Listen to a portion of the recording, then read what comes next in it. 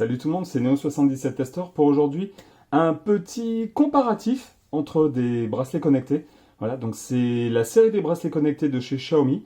Alors vous allez le voir tout de suite à l'image, il va en manquer un, c'est le tout premier Xiaomi Mi Band, donc le premier, que je n'ai jamais eu. En fait, je l'ai pas eu, je l'ai pas acheté parce que pour moi il manquait comment dire, euh, quelque chose d'essentiel. C'est avoir un bracelet juste pour compter mes pas, c'était pas quelque chose qui m'allait.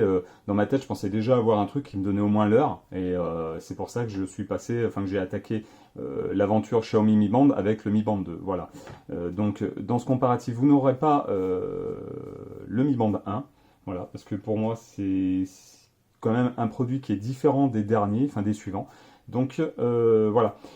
Pour la petite anecdote, on va commencer par ça. Pour le Mi Band 2, la boîte était pas du tout comme ça, le packaging était pas du tout comme ça, c'était complètement différent. La première version que j'ai eue, je l'ai eue dans une petite boîte carrée blanche qui fait en gros la taille de ça, voilà, qui s'ouvrait par le dessus. On avait directement le bracelet comme ça dans un sachet plastifié comme tous les autres, mais juste pour le bracelet. La montre en elle-même était mise de côté avec comment dire, le système de recharge pareil à côté. Et pour la boîte du Mi Band 2, donc c'est une petite boîte en carré, comme je le rappelle. Et c'était tout séparé dedans, c'était pratique. Premier modèle, c'était une boîte blanche avec le logo, enfin la photo du produit. Et il y a eu une autre version en fait où en fait la boîte était en sorte de papier, enfin de carton marron, une sorte de papier, de carton recyclé, pardon. Et on avait aussi le bracelet séparé en plusieurs étapes, c'est-à-dire le bracelet, la montre en elle-même juste à côté et le câble de recharge. Voilà, en sachant que le câble de recharge, hein, c'est exactement le même système que pour le Mi Band de 3 et le Mi Band 4, c'est-à-dire qu'on était obligé de défaire donc, hop, le bracelet comme ceci et de brancher hop, avec le système ici d'attache. Donc je ne les ai pas pris avec moi, j'aurais peut-être dû, mais bon. Voilà, les deux petits picots, vous voyez, sont sur le côté. Et voilà, alors, il faut savoir une chose, c'est que, on va rentrer comme ça, celui-là est très très vieux, hein, il a au moins, on va dire 5 ans, 4-5 ans, je sais plus, ouais, peut-être 4 ans, 3-4 ans, allez, 3-4 ans, je vais pas me tromper dans les dates. Il commence vraiment à être en piteux état parce qu'en fait, on voit très très mal l'heure. On voit autrement, après, au niveau du tactile, le tactile fonctionne encore à peu près bien. Voilà. Mais par contre, c'est vrai qu'au niveau de la lisibilité, c'est pas terrible. Alors, on va commencer par le Mi Band 2. Il faut savoir que à l'époque, le Mi Band 2, il avait une batterie de 70, ouais, à peu près 70 mAh. Dedans, il y a un capteur donc, de rythme cardiaque, enfin un capteur de rythme cardiaque. La taille de l'écran, c'était moins de 0,5 pouces, c'était 0,44 ou, ouais, 0,44 ou 0,40. Non, c'était 0,42. Voilà, c'était 0,42 pouces. On voit derrière donc que le capteur.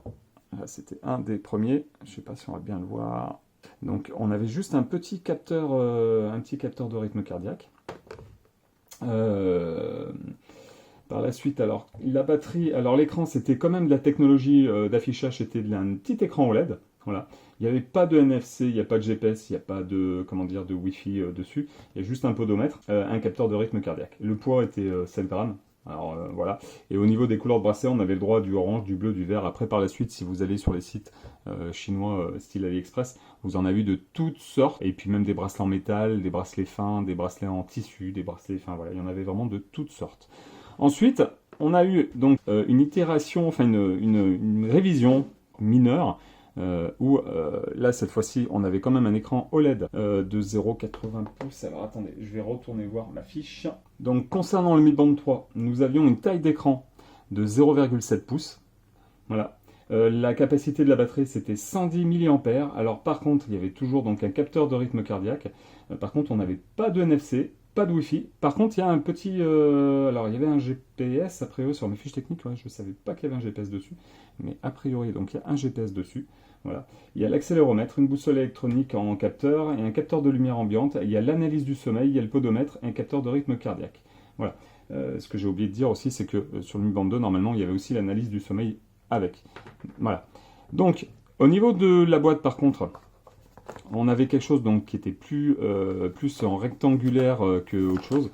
On a donc, la boîte s'ouvrait comme ça. On avait quelque chose de pas mal esthétique en fait. Voilà, j'ai gardé ça comme ça. Boîte jaune, on avait le bracelet là, ici on avait le câble de recharge, en fait la montre était directement comme ça. Voilà, il n'y avait pas de celle-ci. Il n'y avait pas comment dire, de séparation entre la montre et le bracelet. Voilà. Ici, on a normalement, si je ne m'abuse, vous voyez, hop, la notice d'expliquer, enfin la notice d'emploi. Donc ça, c'est fait. Au niveau de la longévité de la batterie, on a quand même quelque chose qui dure plus de 2 semaines. Tout dépend de l'utilisation que vous en avez sur ce Mi Band 3. Au niveau donc longévité de la batterie, on a quelque chose qui tient, oui, 2 semaines et demie, 2 semaines et demie facile. Si on compare au Mi Band 2, moi pour mon cas, c'est vrai que la batterie tient encore quand même un petit peu, alors moins, mais un petit peu quand même. La batterie tient en gros 2 semaines et demie, 3 semaines. Mais quand j'ai reçu ce Mi Band 2, il faut savoir une chose, c'est que je le rechargeais en gros une fois par mois. Pourtant, sur des tests que j'ai vus, c'était marqué 3 semaines.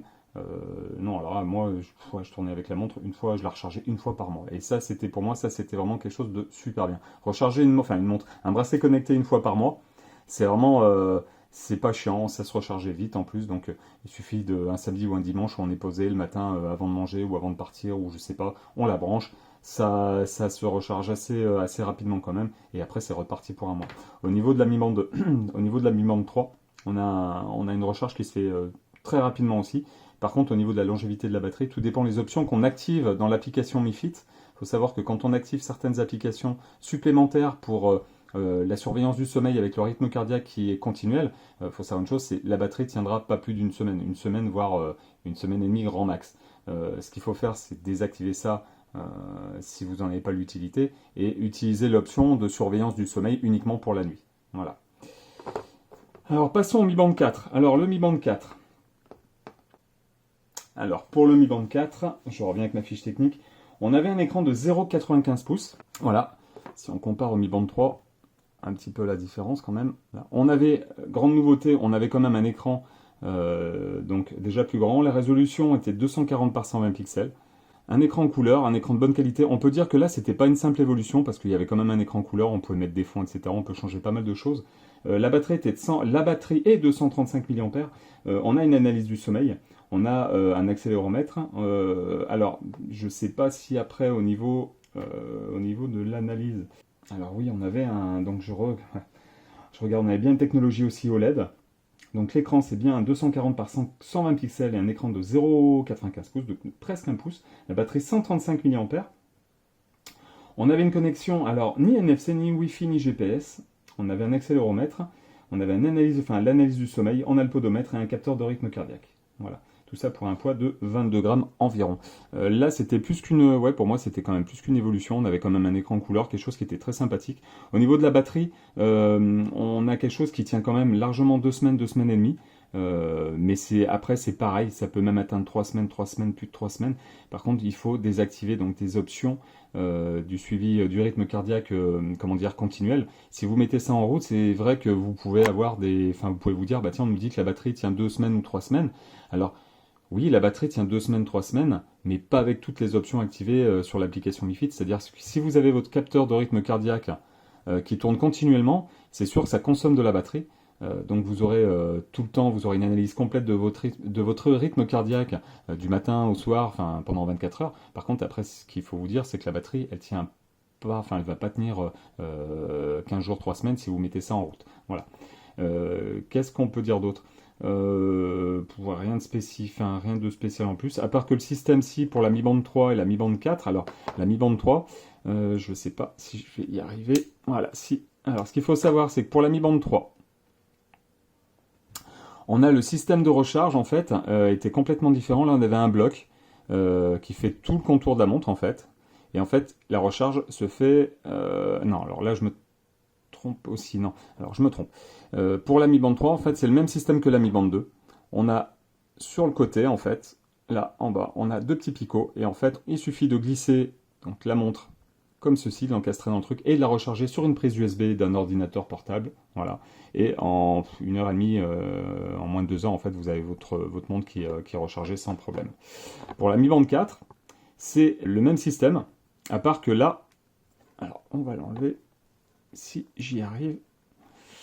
Voilà, tac. Alors c'est un autre système parce que là les picots de recharge sont en dessous. En fait là on enlève la montre et la base, et là c'est vraiment une base de recharge, c'est-à-dire que là ça prend toute la montre et donc on pose dedans et on clipse, et en fait ça recharge la montre. Là c'est pareil, il faut compter 1h30, 2 heures pour avoir une recharge complète. Voilà. Maintenant on va passer au Mi Band 5, donc le dernier modèle qui est sorti de chez Xiaomi.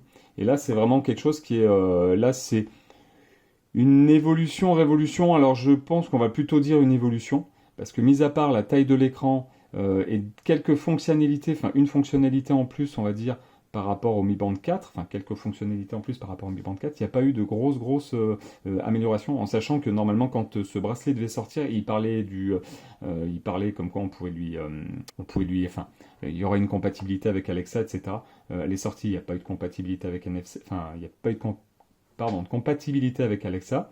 Donc il y avait quoi d'autre encore normalement, pas s'il n'y avait pas le NFC avec, etc. Mais bon, pas du tout.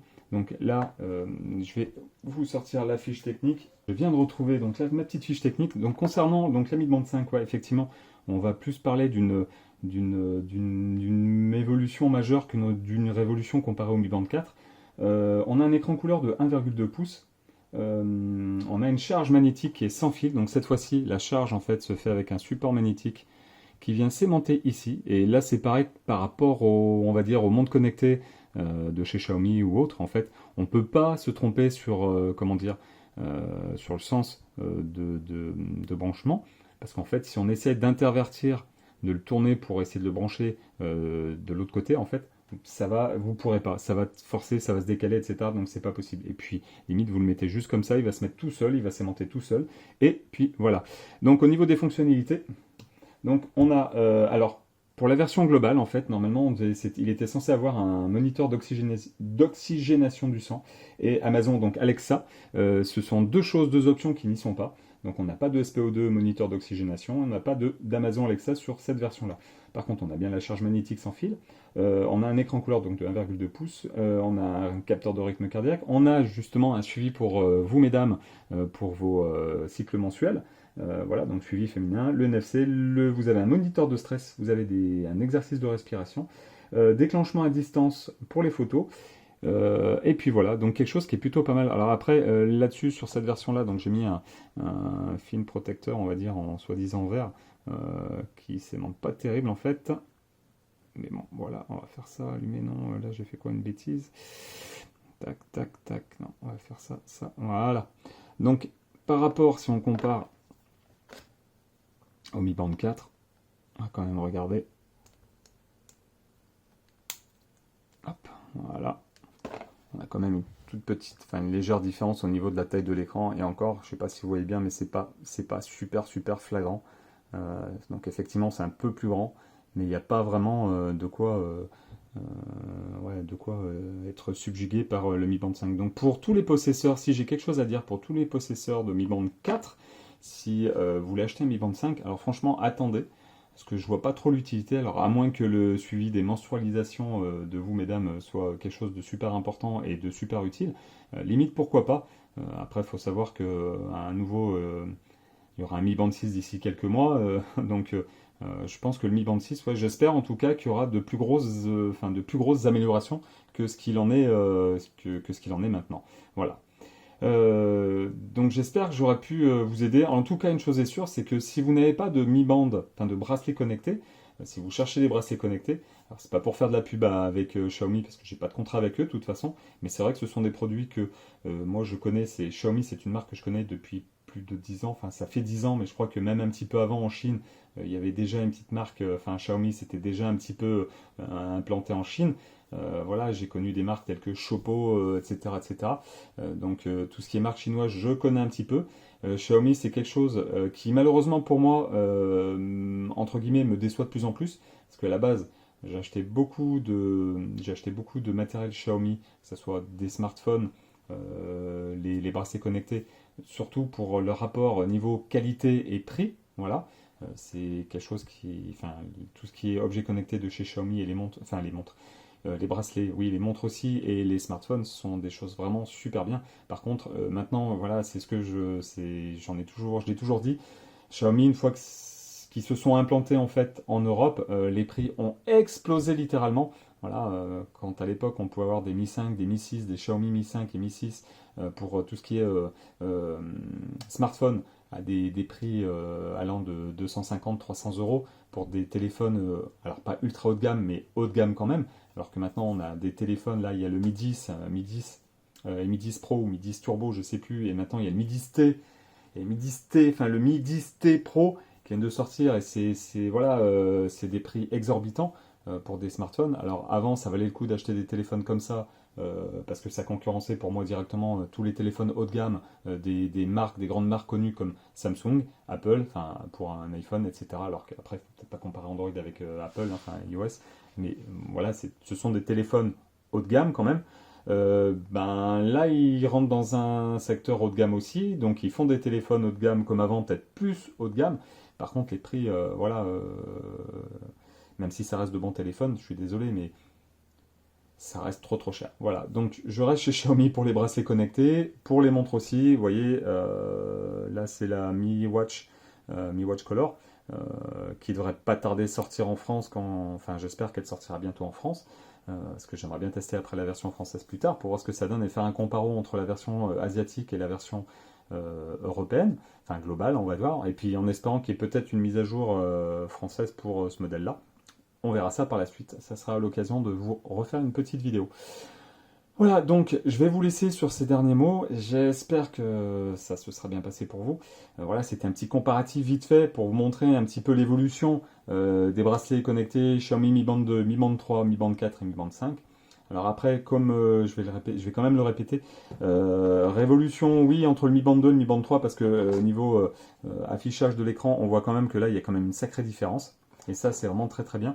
Entre le Mi Band 3 et le Mi Band 4, oui, pourquoi pas, avec l'écran couleur et peut-être une fonctionnalité ou deux en plus.